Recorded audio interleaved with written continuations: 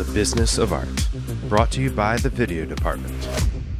I've been looking to start a band, just like a bar band, breweries, that kind of thing. Yacht rock. Pretty much, honestly. You're not far off. Okay. But more like Pearl Jam. So that era, but the grungier side of things. This sounds like what my sister was really into when she was in high school. Okay. Which she wanted me to be into. Yeah. But I was too busy listening to a lot of other influences. Alan Jackson, mainly Alan Jackson and Ethel Merman. And I think of myself as kind of the combination of the two. The Alan Jackson side I got from my grandmother because she was obsessed with him. And the Ethel Merman side, nature gave me. I had a good friend in college who, I won't say his name, but he used to say he looked like a combination of Rodney Dangerfield and Gene Wilder. Oh. Which is rough. We are here with Jonathan Spivey, actor. Ethel Merman aficionado. I don't know a lot about her, but I think she was just on the radio when I was driving over, so that's why she's on my mind. She also kind of seems like she'd be your spirit animal in a way. Yeah, I think I've got some of her spunk. I've got some of her can-do. I don't sing disco. I know she went through that phase. Did she? I did not know that. Oh, there's a whole... You've never heard the Ethel Merman disco album? No. We'll insert a clip here. It's pretty incredible. She was trying to, and I say this with affection, she was trying to remain relevant. Sure. So Olivia Newton-John went through something, but it was a softer transition for her. It probably made a lot more sense than if you could think of a singer and putting them in the genre they should absolutely not be practicing. It would be like Alan Jackson doing... We're dancing under the disco light. I guess it'd be like Alan Jackson doing Ethel Merman. That would make sense. Oh, my goodness. Oh, man. Well, don't call Jonathan an actor-musician. He's just an actor. I'm just an actor. He's trying to shed that. I do play piano, but do not call me an actor-musician because I'm a serious actor. Yeah, it's an unintentional pigeonhole. That's right. That's right. So Jonathan and I think this is probably, you're the first person on the pod who I've known like at this point for over half my life. Who knows all of the skeletons in the dirty closet. Secrets. Not all of them, but some of them. And that's what we're going to talk about today. That's why I'm so glad you invited me to come over and talk, because I've really wanted to laundry list those for a really long time. Publicly. Do you remember when you... not live. This is not live. I will be editing. No, I'm just kidding. Yeah, I wish I had more skeletons to dust off. I really don't have that many. So what was the first show that we did together? Do you remember? I think it was The Merchant of Venice. That's correct. I think that's around the time we probably met at Richmond Shakespeare Festival. Which I think was probably 2004, summer 2004, I think. Yeah, that sounds about right, because I was a couple years into college, yes. And it was one summer. I remember I talked the university into letting me live in one of the apartments on the U of R campus, because I believe that summer I was also giving tours of the university. So they said, okay, sure, you can live in one of these houses, but you have to have roommates. You can't have the whole house to yourself. So they put me with two 6.5-foot tall basketball players who I'd never met. And I remember my clearest memory of that, because I do have a big kind of victim complex. Martyr complex would have been my parents, but both of them. But victim complex is how it's worked out through the years. I made a tray of Jell-O shots that I was going to cut up and bring to a party that summer, probably a party that you would have been at. And I had to let them set overnight. So I left, and they were in the fridge for a day or two. And I came back, and those basketball players had used their hands to scoop out the middle of the tray of Jell-O shots that I had made, and I was livid. I was so mad.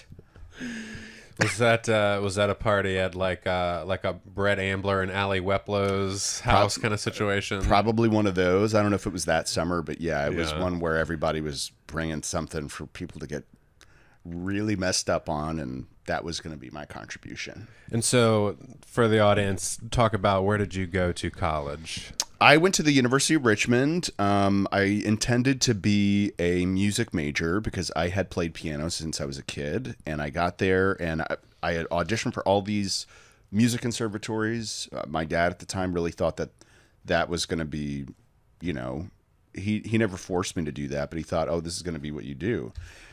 And I quickly learned, no, you took piano lessons from a small town piano teacher in Windsor, Virginia, who had great intentions, but you're not like, I think I'm a pretty good player, but I was not at the level for like Peabody Conservatory or Oberlin of that level of musicianship. Sure. And U of R happened to be a really classics-based music program, so I had already done theater too, and you know, music programs and theater programs often like compete over the same students anyway. Mm-hmm. And In spaces. exactly. So the theater department ended up kind of being where I landed, and yeah, that's where I went to undergrad. And how much was musical theater a part of that program at the time? I mean, that's a BA program, so it's not specialized like a lot of the conservatory training is now. So I think their philosophy about what type of theater you do was pretty. It was an extension of the liberal arts education you get there. It was not specialized in one specific genre. We did Greek tragedy, we did Shakespeare, we did Fiddler on the Roof. We wrote our own material too. They have Black Box there, Cousin Studio Theater, where they were kind of very generous with letting folks use that space if they had an idea. So musicals were a part of it, but I wouldn't say it's primarily known as like a musical theater training program. No, yeah. I was just wondering in terms of you going in for music and going to theater, and if there was any sort of hybrid there. When I went to VCU, so I would have started VCU when you were starting your sophomore year, and they were like no musicals. Then the very next year, or it might have even been that year, that they brought in Patty DeBeck to direct something. Right.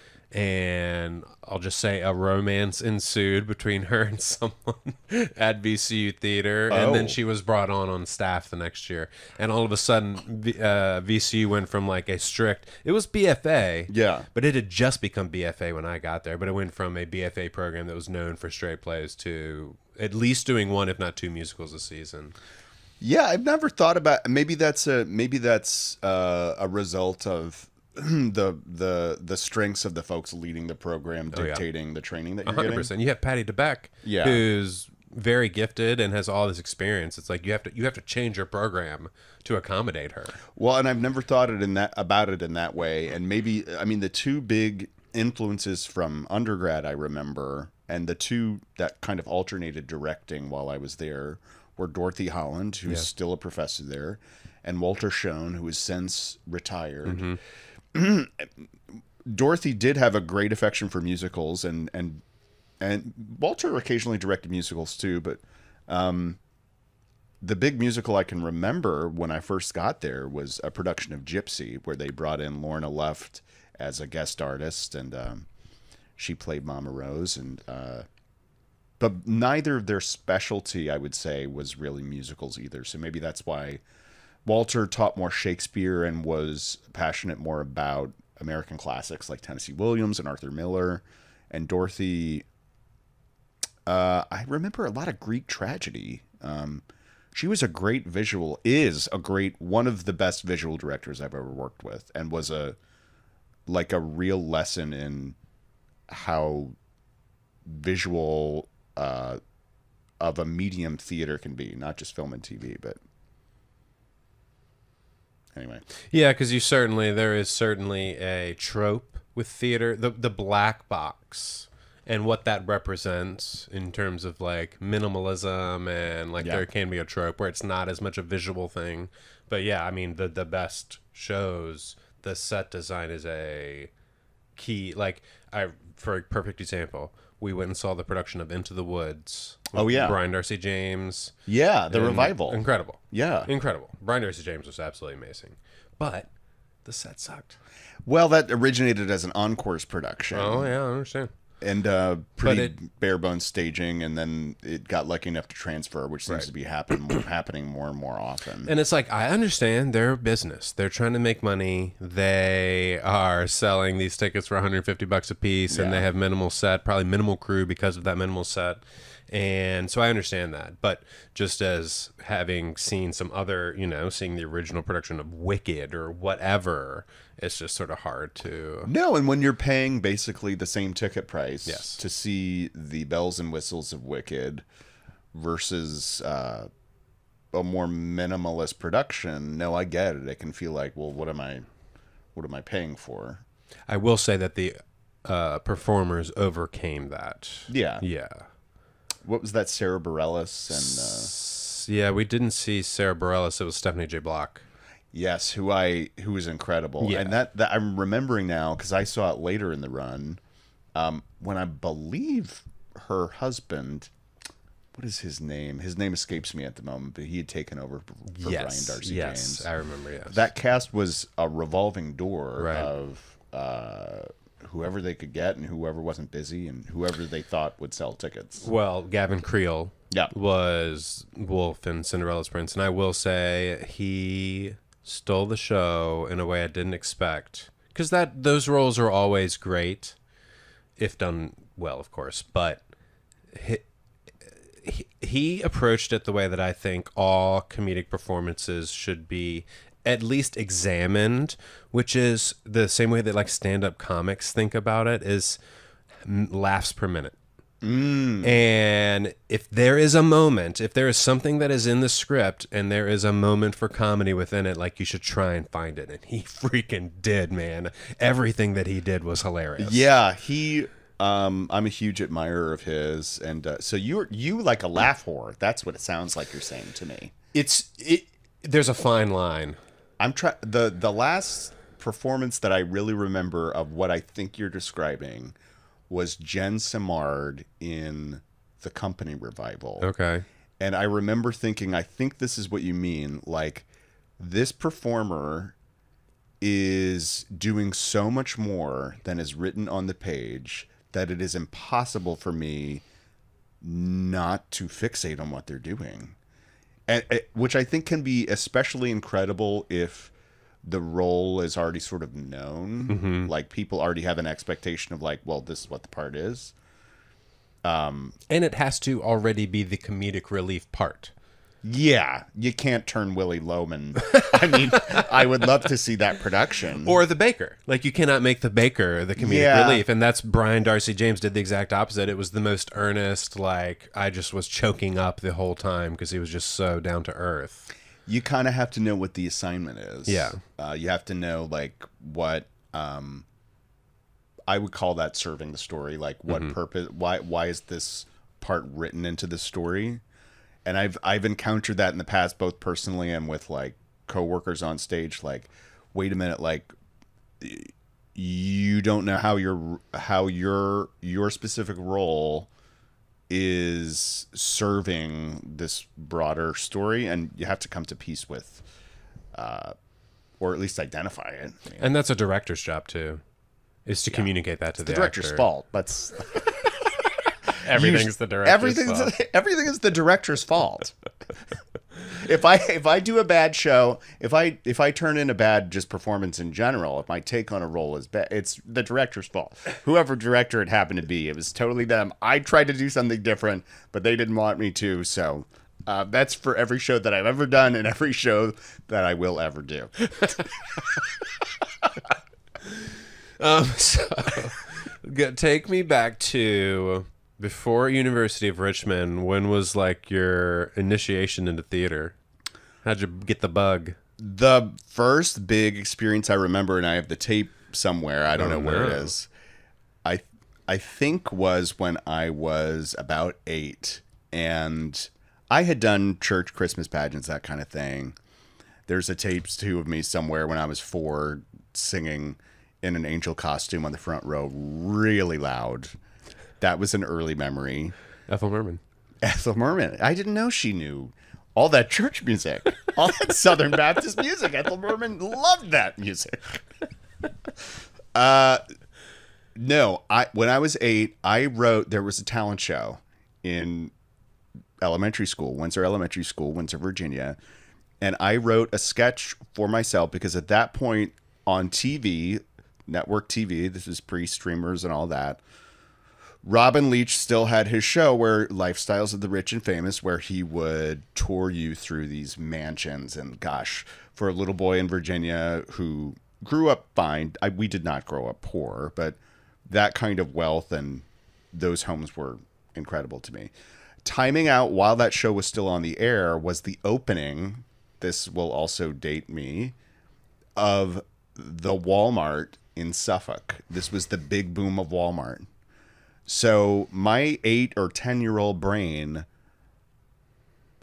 concocted this sketch act that I wrote for myself, which was me as Robin Leach giving a tour of the departments of this Walmart department store that was opening up in Suffolk, Virginia. So I had the suit, I had a little double-breasted suit, I had the necktie, I had these posters that were on an easel next to me, lingerie department, and now we're moving on to the men's department where I don't remember the jokes, where you'll see blah, blah, blah, blah, punchline.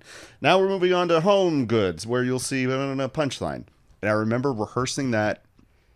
I think we had one rehearsal in front of some classmates and second or third grade, and they were going crazy. And I was like, oh my God, this is like the audience is responding in the fantasy way that I hoped that they would. And then when I did it, that one night only talent show, it was the same thing. It was this incredible adrenaline rush. My 8-year-old ego was so stroked. I thought that I was the king of the universe because I had made all these people laugh in my elementary school. And I think from that moment on, I kind of knew that I wanted to do it. And the question became like, well, are you going to choose this or are you going to stick with the piano and do the music stuff? And then I told you when I got to college, it kind of became clear, no, you're going to do theater stuff, the theater thing. What? So you talked about the realization that it was like, oh, I'm not good enough to go to like whatever, Carnegie Mellon or whatever it is to play piano. But was there something, was it just that, or was there any other moments in, like, let's say later in high school where it's like, oh yeah, I'm still crushing in the theater. This is clearly what I need to do. High school was a little more competitive because that introduced me, and I think a lot of people, to like, oh, but you're not always going to get the role that you want. And you have to learn how to be okay with that and to still do the show. And in some instances, watch somebody else play the part that you wish you were playing. High school, the biggest memories I have of theater, which kind of followed me into college and into grad school too, were I was already playing 40 when I was 18. I had already kind of been given that assignment. You're going to play everybody's boss. Basically, open the script, see who the oldest character is in the script. That's probably the one that you're going to play. Whether it is a huge role or whether it's a 2-scene role, that's going to be what you're going to be doing. And I don't think I felt bad about that. I think a lot of character actors go through that experience when they're younger. I also think it's a testimony to, because I have looked older since I was a teenager, I think it's a testimony to how uncreative some education professionals can be as to like, well, what does our young lead need to look like? They usually cast, the hottest young person that they have to play. I remember this production, I think it was like MASH or something, and I was so hell-bent on, I don't even remember, some role, and I ended up getting this bit part. And then I remember a production of Get Smart where I read the script and I knew, well, I'm not going to play the young lead guy. I know exactly who's going to play that, a classmate of mine. I know I'm going to play this kid's boss. But it is a weird kind of consciousness to have about like what your castability is, how people are perceiving you at that young of an age. Yeah, those are my clearest memories of high school theater. That's interesting. I think like maybe going through that with you and some of our other friends and seeing like, you know, like a 25-year-old being cast as a 60-year-old in a professional production influenced me to not want to do that as a director. Mm-hmm. I remember one of the first show, I think the first play I ever directed, which was at Maggie Walker's You Can't Take It With You. And Tiffany Jana's daughter. Yeah. Yeah. Who was a freshman, African-American woman, long dread. She came in and she's just got like sort of a deeper voice and just like was the smartest person in the room, even though she was a freshman. And I cast her as grandpa and You Can't Take It With You. Yeah. Because it was just like, this, nobody's going to expect this. She's the best actor. There's no other logical place to put her. So let's put the best actor in like the best role. Yeah, I remember a summer stock director, I called him for advice when we were getting ready to mount a reading of something. And Called who for advice? His name is David Kalachi. Okay. He was the AD of this summer stock company that I worked at in college, Hope Summer Rep in Michigan. And I remember I was having trouble like figuring out, well, who do we cast person A or do we cast person B? And he said, I was hung up on like, this person is type appropriate for this role. This person is age appropriate for this role. And he said, always choose the type appropriate actor because the audience will use their imagination and fill in the age blanks if that's 10, 20 years in the opposite direction. But type and energy, I think, is what you're describing. You can't really turn something into turn someone into something that they aren't. Yeah. Yeah, that same production, a freshman girl was cast as the lead, like the daughter, and she'd never done any acting at all. And it was just an energy thing. Like she was just like had like cool energy, and she was great. And she went on to do like theater for the rest of her, you know, like to this day. You know what I mean? Yeah. All right, so graduate University of Richmond. Mm-hmm. You stick around Richmond for a while. No, really just 1 year, not even a year. Really? Yeah, and then I moved to New York. I bounced down to Tampa really briefly, playing piano in the theme park show, Busch Gardens, Tampa, for 6 months. What was the show? It was called the Mirage Canteen. It was a 1930s, 40s big band review. Brand new show. Mirage Canteen. The Mirage Canteen. And it's all, they're singing Sing, Sing, Sing. You've got 4 dancers. You've got 2 actors and 1 comic relief actor on stage. Actor-singers. Yeah, actor-singers. And you got me at the piano in like red, white, and blue coattails, telling a couple jokes. This is my biggest memory of the Mirage Canteen. This is Busch Gardens, Tampa, where the Jack Hanna Animal Preserve is. So they've got all these animals available to them. And, of course, the theme park staff want to work those animals into the shows and do crowd interaction, stuff like that. Once parrots get too old to... parrots live a very long time. Yeah. And just like people, when they get to be seniors, they're not always the best with people. They can get kind of ornery. So they took this retired parrot named Skipper and said, we're going to work him into the Mirage Canteen because we've got the parrot. We're going to get some use out of him. And I'm playing live piano along with track big band music, but I'm playing live piano. Yeah. And for most of the show, the parrot is sitting right here on a little perch behind me, playing. A month in, the parrot has learned all they've got an actor that has recorded scripted lines for the parrot. This parrot has learned all the lines. We did 5 shows a day. During the shows, during the daylight hours, the parrot was fine. He sat there. He had a little container of walnuts. He'd just eat the nuts and whatever. For whatever reason, we had one show in the evenings, usually around 7 or 7:30. Once it was dark outside, that parrot hated to be there. He did not want to be at work anymore. So, because I was the closest person to him, he would bite the nut open. And I'm playing, and, it's a theme park show, so you're pretending like nobody has a care in the world and everybody's happy and, sing, sing, sing, Java jive, that kind of thing. I'm playing, the parrot cracks the nut open, eats the meat, and is like flinging these shells in the back of my head. Yes, for basically the rest of the contract, like the final 3 months of that show. You knew the nighttime performances. I know that this effing parrot is going to be taking out an entire life of hostilities on this poor little 20-something piano player. Anyway.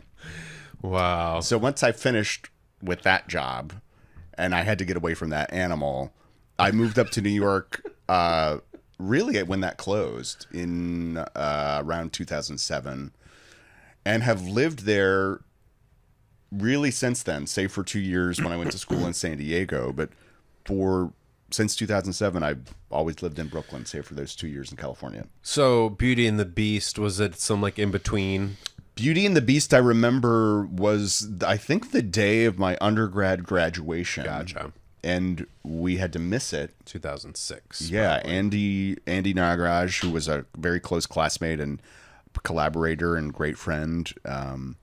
And in the second show we did together, which was Cyrano de Bergerac at Barksdale Theater. Yes, of The course. three of us were in that. And that would have been around like 2000 and... It was the same fall of Merchant of Venice, I believe. I think it was fall of 2004. I didn't realize they were that close together. I believe so. Steve Perregard. God bless him. The big note I remember Steve giving me during that, I was playing like three character roles, shocking, including... We all were, to be fair. We were. Me, you, and Andy, and several other gentlemen. Including a monk. I remember I was playing a monk, and I don't know what kind of scenery chewing I was doing. Did they give you like a George Costanza? Yeah, they gave me one. Like I needed one. Yeah, they gave me one. Oh, we'll have to give you something. I like that you're doing takes to the camera. It's here. What a true pro. What a true pro. They gave me one, and the note I remember Steve giving me, who is a brilliant director. The best. Steve was like, so when you come on for this monk scene, you see, your mouth seems to be hanging open. Every time. Now, is this supposed to be a funny thing? Do you know that you're doing this? And I think the note in his very gentle way was basically like, could you stop chewing the scenery so much and just play the scene? But because he's a very gentle man, he said it in that way. That is such a great example of Steve Perregard as a director, because directors, if you're an actor, like, it's not hard to like break your heart. Yeah. Like, you say something in the wrong way and it will stay with you for the rest of your life. I know. And Steve does not mess around. You know, there's no BS with Steve. He's telling you exactly what he thinks, but he has such a gentle way. But I will say it's gentle, but it's still heartbreaking. Yeah. Well, and sometimes the lesson that you need to learn in the moment. I mean, I think he's the best director I've worked with in town. I'll just leave it at that. He's the best director I've worked with in town. yeah. And also, I think one of those, I've worked with a small handful similarly who are part, you know, a visionary who's trying to get the show in shape, but also part like head doctor who can really read folks really quickly in a great way and know how to get what they want out of them while still making that person feel like taken care of and safe, really. You're never really fooling him. Like, no. You know, and people all the time in their life put on masks of, you know, put walls up for whatever reason, and he's very good at knowing, like, okay, it's time to break through this wall, or okay, now's not the time to break through this wall. We're just going to move on, and maybe tomorrow the wall won't be there, and we don't need to even have a conversation. Yeah. And then just also genuinely being, it's hard to work with actors. It's hard to communicate to actors. It is. And I think you have to have been one to really be good at it. I agree with you. I'm trying to think if there's...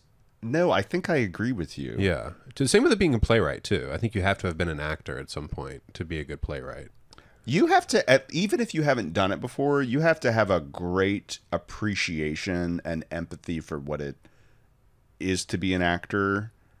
And I think once you work with one director who doesn't, then you know how necessary that is for it to be a productive work environment. I think a lot of people don't fully, and it's not their fault, they don't fully know what the job description of a director in theater is. I would go further than that. I would say I think a lot of directors are sometimes less prepared Well, than the actors who have shown up for the first day of rehearsal. And I have encountered this on a handful of occasions. And you realize in the first week, like, oh, I spent more time looking at this script, or the entire cast did, than the person who was supposed to be the captain of this ship. Right. And, oh, wait, this first week of rehearsal is actually for the director to learn what they're going to do because they didn't do any pre-production work. Yeah, that's frustrating. And now I'm going to list the names of the directors who did that. Okay, first there was... Steve Peregrine. No. Do you... has that happened with you at like a high professional level?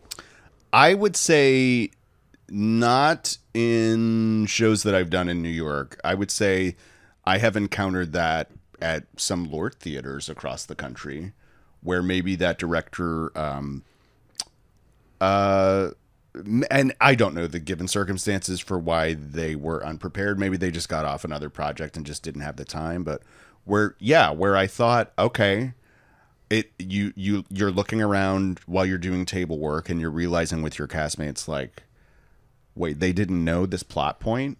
Like, when I was prepping the sides, memorizing these lines for the callback, I thought that this was pretty apparent. Well, you have to read the play.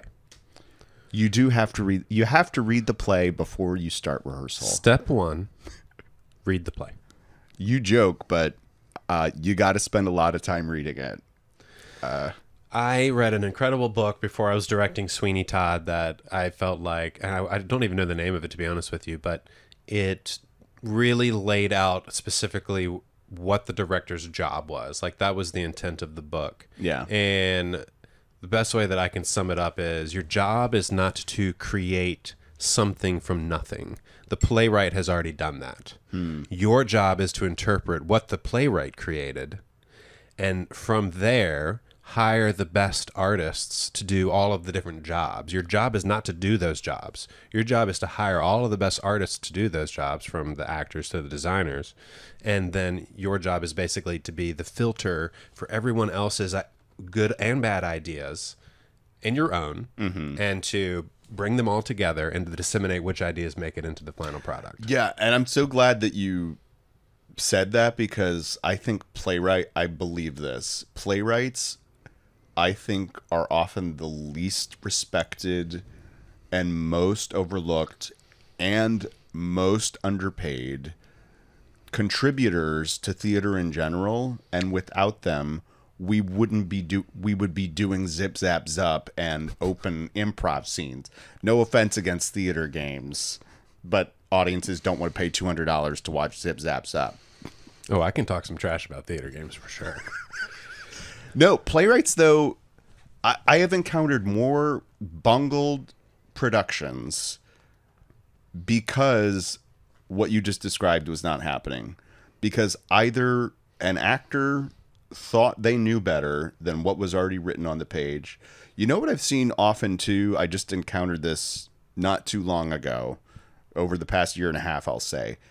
Actors love to come up with reasons why their character would not do what the playwright wrote them to do. And I can't remember who told me this over the last year, but they said your job as an actor is not to come up with reasons why your character wouldn't do something. It's to come up with reasons why you would do what the playwright wrote you to do.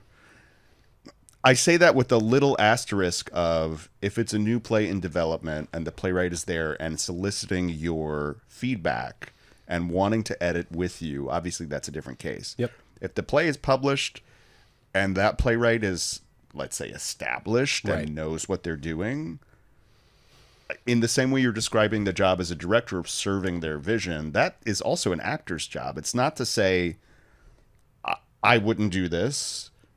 It's to say, why would I do what the playwright has asked me to do? And I think actors, some actors can get hung up on that sometimes in rehearsal, because they start laundry listing like, well, I wouldn't, I wouldn't knock the table over there. I just don't think I would get that worked up in this moment. Well, the playwright said that you did, so come up with a reason yourself of why you would. Yeah. Anyway. No, yeah, absolutely. And I think it's ultimately the director's job to help all of the other artists to remind them of what their job is too. Yeah. Because it's like you say, that's exactly what you're saying. That's when an actor is unclear about what their actual job is. Yeah. And that's what you... So we can kind of transition. So you mentioned LORT. Mm-hmm. So I think that's a perfect kind of way to talk about the transition from doing the work that you're doing in Richmond and bridge the gap between that and Broadway. Sure. So explain to the audience what that is. LORT is an acronym for the League of Resident Theaters. That is a handful. It's basically one type of actors' equity agreement. Actors' equity is the union that represents stage actors. And LORT theaters are, I would say, some of probably the most recognizable regional theaters. Yale Repertory Theater, the Denver Center. What's the nearest LORT theater to here? To Virginia? Yeah, Signature? Probably, yeah, in D.C. Yeah. I don't know that Richmond has ever... I don't think Richmond has ever had a LORT theater. Not that the Museum Theater? I don't think I don't so. think it was either. And I don't know how those contracts are delineated. I think part of it is probably budget size. And there's incredible theater here in Richmond, obviously. It just so happens that maybe none of the theaters here have ever had the budget large enough to qualify for that specific type of agreement. So if Broadway is the top tier, is LORT the next tier? I'd say is in the if we're talking about tiers of budget, then yeah. Even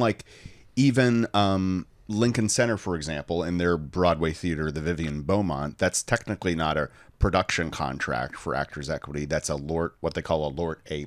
Okay. So I think it's, I'm not an equity expert, but I think it's tied more to budget and house size. Than Right. I know else. house size is a part of it as Yeah. well. Because I think Virginia Rep is obviously the biggest theater in Richmond, but they're like several hundred seats away from even qualifying for that status. Yeah. Is my understanding. Because they're like 600, I think. Yeah, I think that's probably one of the factors. And it may be over 1,000. I don't know. Maybe that clear. I'm not sure. But, and so what has been your trajectory to, I mean, I feel like, how long were you working in regional theaters, aka LORT theaters, before you made it to Broadway? I think one of the big things that helped me along was grad school. I went to the Old Globe in San Diego. That was 2 years. And when I finished that, we had a showcase in Los Angeles and New York. And from that talent showcase at the end of that training program, which most training programs do now, and I was very lucky. That's how I got my first agent, both a legit agent who represented me. I'm not with the same agency anymore, for theater, film, and television, and a commercial agent. And that really, yeah, that's what opened some doors in New York theater that I had been kind of trying at, but I didn't have a good like business sense of what a casting director is, or just the infrastructure of how people get hired for Broadway or off Broadway. And I think finishing at the Globe and having that showcase was kind of a gateway into auditioning for certainly more productions in New York. I would love to pretend that like having an agent doesn't give you access to better auditions, but I think it does. Absolutely. I think anybody who's been non-union or even had their equity card and played that EPA game of showing up at 6 o'clock in the morning at Ripley Greer and waiting for an hour or two and hoping, praying that some crack of sunshine is going to come through from those experiences, knows that the only way to kind of reach some of those auditions that you really want is through having representation. And yeah, I was very lucky that the showcase got me that representation. And so how quickly from graduating grad school, what was the first one that you did?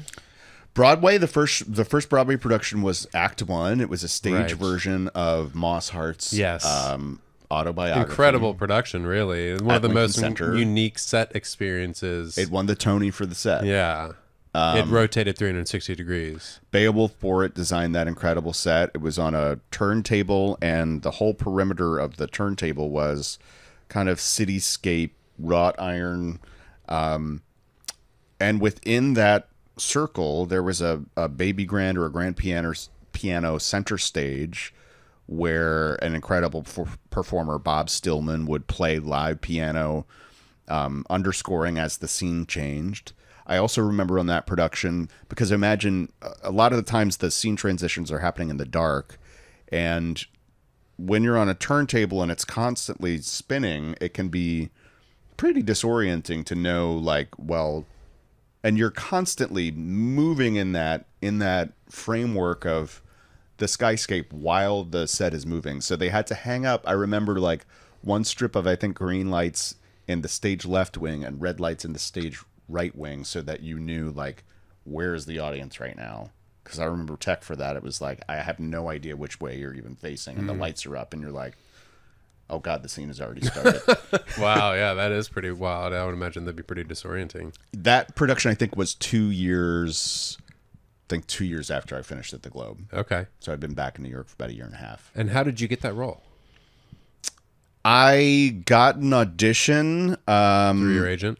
Through my agent. I was really there as an understudy. I played several bit parts too, but I was there to cover 3 actors. So you have to prepare sides for all 3 of those actors. You go in and you read it.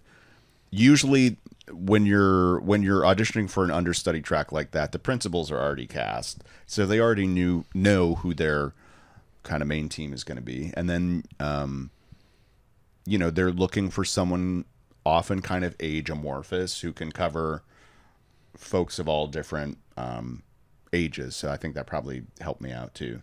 I remember I initially read for the track that I ended up covering was kind of the young, the guys were in their late 20s, early 30s. But I remember the callback, they asked me to also prepare material for the next age bracket up, guys mostly in their 30s, 40s, and 50s. And I now know in retrospect they were not quite sure about where to place me age-wise.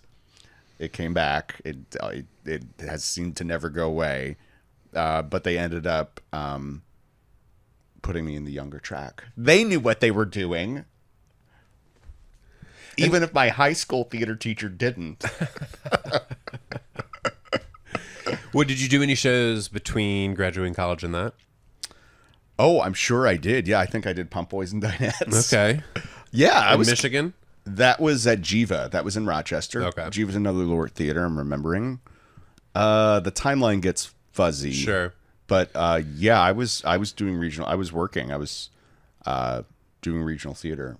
And you are, I mean, I'll just say it, like, in terms of people that I know and work with, you are, like, the most successful actor to come out of Richmond. I appreciate certainly that. in theaters, for sure. Like, I am willing, as long as I respect the material. Generally speaking, I've gotten a little bit more selective as I'm getting older, but as long as I respect the material, I'm willing to do just about any genre. And I think that helps make you yeah, castable. and I also think early career you kind of have to be. Of course. You don't you don't get to pick. No. Unless you just can't sing and you can't do musicals, or Shakespeare is a real struggle for you. There's certain things that you can't do. Yeah. But you can literally do any of the genres. You're very adept at Shakespeare. You're obviously a musician. I think I've saved the musicals largely somewhat intentionally for regional theater, because I have watched this happen to friends too, where they're an incredible actor and yet they're also an incredible singer, and because that's their first big credit in town, casting offices are not always the most creative thinkers. They think, oh, well, this is the one. I cannot tell you how many times it's personally happened, because the credits, like in New York at the top of my resume, are plays. Every so often a casting office will call me in for a musical, and I'll finish the material, and they'll say, Jonathan, we had no idea you were a singer. And in my brain, I'm like, well, you didn't look at the bottom half of my resume and what I was doing in summer stock for most of college. I think that happens a lot anyway. So I'm really grateful that because I do love plays the most, at least more than musicals. I call it vacationing in musical theater.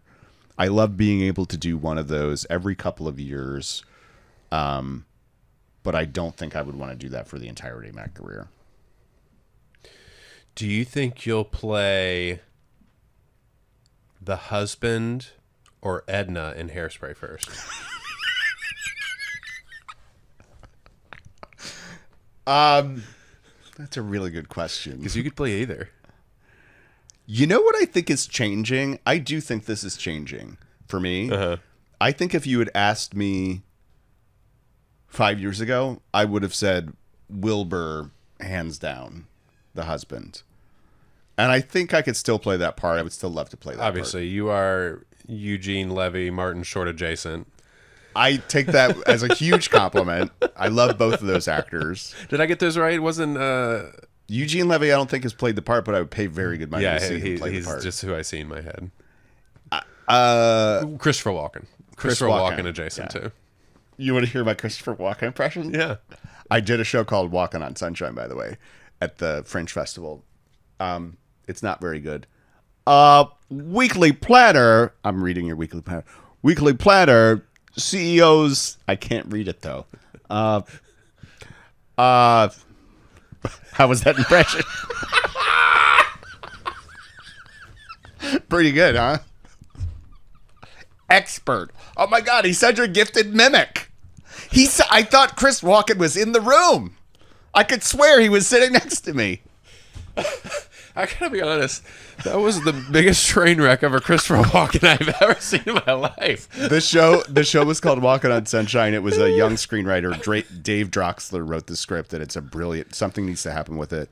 He's a young screenwriter who's trying to get his movie produced, and in a panic, he's on the phone with the producers, and he says, "Well, I got Chris Walken. He's attached to my movie." That's funny. So then he spends the whole show pretending to be Chris Walken on the phone. And I played Mr. Donaldson, who was the studio producer, who knew that he didn't have Chris Walken and was hell-bent on showing him up for the liar that he was. I think I would make a great Edna. I don't think some directors and casting offices that know me would think of me as that kind of... I think of that character having an explosive energy, or I'll simplify it. I think of that character as, if you want to call it the odd couple dynamic, that's an Oscar character. That's not Felix. That's the explosive clown. But I'm getting to do more of that lately than what I did a lot of in college and right out of it, of tightly wound Woody Allen, pencil pusher, and I wouldn't say that that it's completely flipped the other way, but I'm getting to scream a lot more on stage, which I don't want to say is one of my greatest strengths, but that's where my nuance really shines, is when I'm screaming. You were born for outdoor theater. No mics. Onto these hills. I tried to work there right out of college, and I quit 2 days in because they had us out in the woods behind the theater, knee deep in mud, picking up cigarette butts as an intern. You want to talk about internships during your summer? Jesus. I remember going up to the artistic director's double wide trailer. I think it was a double wide trailer, in tears because I was so stressed. I was a cigarette smoker at the time, and I went through a carton of cigarettes in like 2 days, 3 days. The reason I'm remembering that, though, is that's an outdoor amphitheater, and at the time they did not use microphones. Yeah. So the only direction I got in our rehearsals, I was playing like a sidekick to some mountain yokel or something, and the only direction I got was louder. We can't hear you, louder. And I'm screaming at the top of my lungs, and I'm like, surely, like I'm screaming as loud as I can. That's the only note I ever got while I was there. I think they're still in operation, too. Gosh, summer stock. We could do an entire episode just on summer stock. Oh, God, I don't think that would open too many wounds. Yeah. All right, a couple more questions before we go. Okay. What would you talk to us about the current state of the business of theater post 2020? Post pandemic, I think what you saw a lot of that period is kind of inseparable for me with George Floyd too, because that was also 2020, and I think in response to that, a lot of theater companies of every budget you can imagine, I don't want to say went political because that's a generalization, but a lot of companies, in a good way, really started responding to that political temperature and programmed shows that they never would have thought of before. I think we had a couple of years of that right after the pandemic of what we program has to be super important. But there were also a lot of theaters at the same time who were just so desperate to get revenue coming back in that they were relying on their old favorites. Oh, let's do not Forever Plaid, but Marvelous Wonderettes again, and let's do what we know will sell. So I think a lot of companies felt stuck between a rock and a hard place of feeling like they had to do important, capital I, important theater and plays that they knew would make them money. I think now we've kind of leveled off back to kind of what it was before. It's never going to be the same, obviously, because I think if I had to name one big effect that COVID had on theater going, it's that we got so used to consuming entertainment in our living room on demand whenever we wanted it, that 5-show season subscription package format is now so foreign to everyone. I think like what that season subscription format, which kind of was the popular format for several decades while we were kind of young, that requires you to take kind of a financial risk on not knowing exactly what 5 shows you're going to get. Maybe you know Hairspray, maybe you know A Christmas Carol, but maybe you're not as familiar with the other 2 or 3 shows in the season. But it required that ticket buyer to pay up and invest their confidence in that company. I know that this production is going to be of value, even though I may not be familiar with this title. COVID and watching streamers at home, I think, obliterated that. And that's part of why we're seeing so much of what we were talking about before, stage versions of movies or stories that we're already familiar with, because audiences don't want to take that financial risk anymore. And they got so used to being able to watch whatever they wanted, whenever they wanted at home, that now when they do get the money together to leave home and go see something live, they want to be sure that like they're going to have a good time.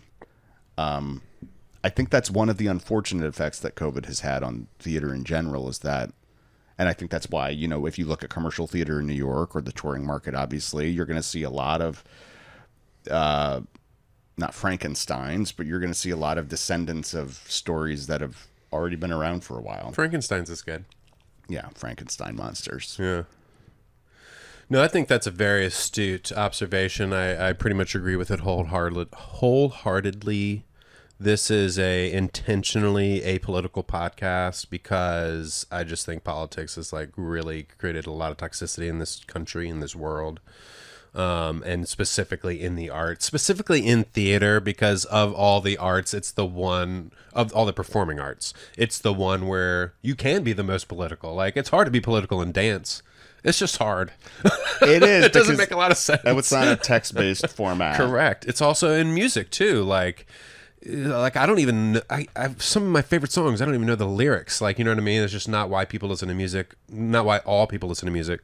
And so yeah, it's like when it became that, I think it, a lot of people who loved theater, especially the older audience, maybe didn't share the same political beliefs as most theater artists.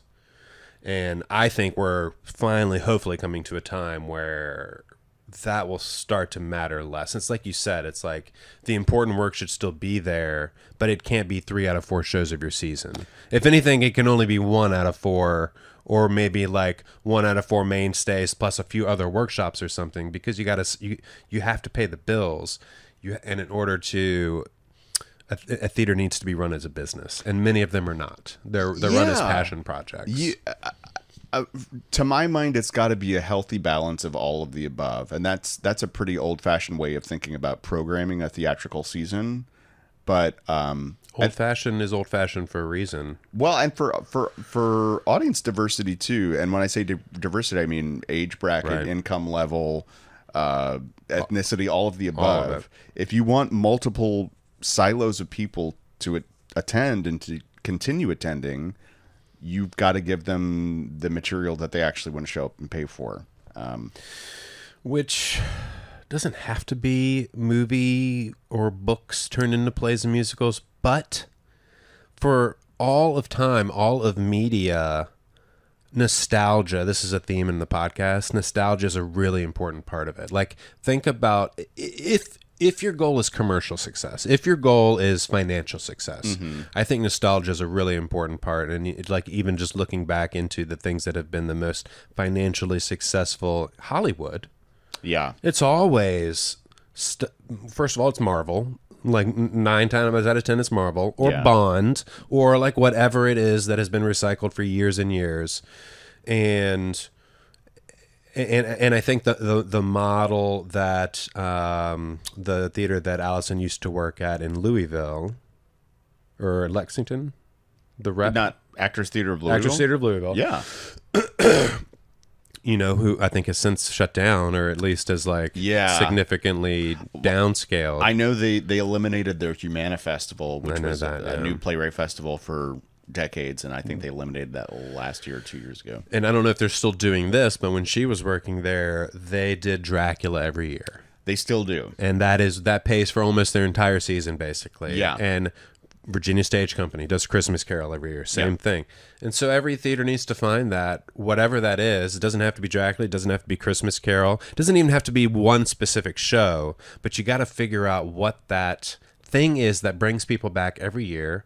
Because we watch the same Christmas movies every year. I look forward to it. Yeah. We literally were talking about, it's like, is this your Home Alone 1 or Home Alone 2? Like, that's Yeah. how excited we get. We were just talking about that a few days ago. And I think that, like, there are plays and musicals out there that people will get that excited about. Firehouse is singing right now with Peter and the Starcatcher. Yeah. You might not even know that title, but as soon as you hear that it's Peter Pan, Captain Hook, or Scott Wichman, Yeah. Who is incredible. we're going to see it tomorrow. Yes. Yeah, and I think some of the smartest ADs have recognized that that strength of bringing the same material back and find a way to reinvent it. Yes. I think of, like, some companies know they're doing a Christmas Carol every year, and yet they intentionally rotate cast or they rotate adaptation regularly, so you don't end up with the artistic director's 25-year-old adaptation of a Christmas Carol produced every single year verbatim. The audience can get sick of that, but you can bring back the same title, for example, while still looking at it in a new way and still selling those tickets. And my understanding is that's what Actors Theater of Louisville did, is Yeah. they would upgrade the pyrotechnics, the special effects, whatever it is. Like, there would be something new at least every other year, so that when people are coming back to see it, they were like, oh, that's new this year. Yeah. That's all it takes, man. That one little new thing. And people like... Yeah, so yeah, we're getting ready to start an organization in Richmond that is going to hopefully try and help bridge together some small businesses and some arts organizations, kind of like provide some business education for all of the above. Yeah. Because I truly believe that a rising tide lifts all boats. I don't know if you've heard of the Quad. It's Richmond Triangle Players, Firehouse. No, I haven't heard. No. So they're like kind of working together because they have come to realize the same thing, that it's like, if more people go to RTP, more people are going to come to Firehouse. It's not one or the other. It's not like they're choosing Firehouse or RTP. Right. And I firmly believe that. And I believe that with the opera. I believe that with the Camel. Mm-hmm. I think if all of us are helping each other, small businesses get involved, I think that we'll all see the benefit of that and kind of... Well, I think part of what I think of when you say that is the co-pro model of regional theater has really exploded post COVID too. Co-pro meaning a couple of LORT theaters, like we talked about before, not even always in the same market, will join financial forces to produce the same production that will be presented at both of their venues separately, but with the same cast, the same design team. So they're kind of pooling their financial resources to pay for that show once, and then get the benefit of bringing in revenue in both of their theaters. A lot of companies have kind of looked at that more seriously because their budgets have shrunk, but also because, I don't know, when you spend that much money on a production, that's still kind of the regional format. You spend that money on a production and you run it once. And you got to sell as many tickets as possible, and or do it again 2 or 3 years later and keep the set. Right. Maybe revive it in a few years. But then you got to store the set, so that's a cost in its own. And depending on how big it is, like that might be a real cost, depending on what your situation is. And then the actors are like 2 or 3 years older, or 10 years older than they were. Yeah, and then you got to start letting the costumes out, and then you got to pull out the masking tape and just kind of put it back there under the ear, because he's still playing Tiny Tim. So when will you be getting work done? No, I'm just kidding. That's not the final right question. When we're done. Right when I leave here. There's a new one in Short Pump. It's a stapler factory where you just lift it up yourself and kerchunk. I'm on a budget. I don't want a scalpel down there. I thought that Equity Health Insurance wasn't covered in the Equity Health Insurance. Equity Cigna does not cover plastic surgery, and I've checked. A lot of former coworkers have asked me to do the research. It's not for myself, because clearly, what would I have done? But I have checked for them, and it's not covered by Cigna. If it ain't broke, don't fix it. That's what I always say. I ain't broke. Yeah, exactly. Physically, anyway. Yeah, we'll save the emotional train wreck for emotionally the next podcast. Bankrupt. So last question. What is your advice to someone in 2024? Because I'm sure your advice 6-7 years ago would have been different. What is your advice to someone in 2024? Let's just leave it specifically to acting, whether it's theater or film. What is your advice to them to take themselves to the next level, to be a professional? Here's the advice that I would give, and it's specifically aimed at folks who are maybe still in training. Let's say folks who are getting ready to graduate, because I think about this a lot. First, if you're still training, if you happen to be in college or even high school, do not sleep on studying everything that is not theater as well, because that will inform you as a theatrical artist. The other big thing I would say is take a really clear inventory of what you look like and what your specific talents are, independent of how you serve the class or the cohort you happen to be studying with. Because I see a lot of folks finish their training who think that their castability is in one column because that's how they were cast when they were training. And then they leave and they perhaps move to New York or a larger market, and they had no idea, oh, this is what casting offices are going to see me as. And they spend sometimes years still fighting this uphill battle of, but I'm supposed to be playing Thoroughly Modern Millie. This is what I was doing when I was in college. And probably high school. And high school. This is what was in my book. This is the material that I prepared. Because they never had an educator or a mentor or a contemporary tell them, no, that's what you did when you were in college or when you were in high school. That's how you were useful to that specific little ecosystem of actors that you were with in that small little self-contained universe. So that's the big piece of advice that I would offer is, and I think if you're talking about New York specifically, that does in no small part have to do with what you look like. So take a very clear physical inventory of what folks see you as on the street, maybe who have never met you before. This was an exercise that I think is suggested to some young actors who are ready to enter the professional world. Spend some time asking strangers. It may be weird. It may feel weird to you at the time, how they perceive you. But I think that's invaluable because that's how casting offices are going to see you. And you kind of have to embrace that at the beginning of your career.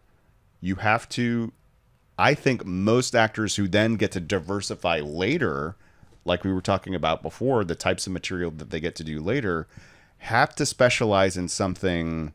If you want to call it pigeonhole, have to embrace that at the beginning because that's going to be people's knee-jerk reaction to what you are and what you do.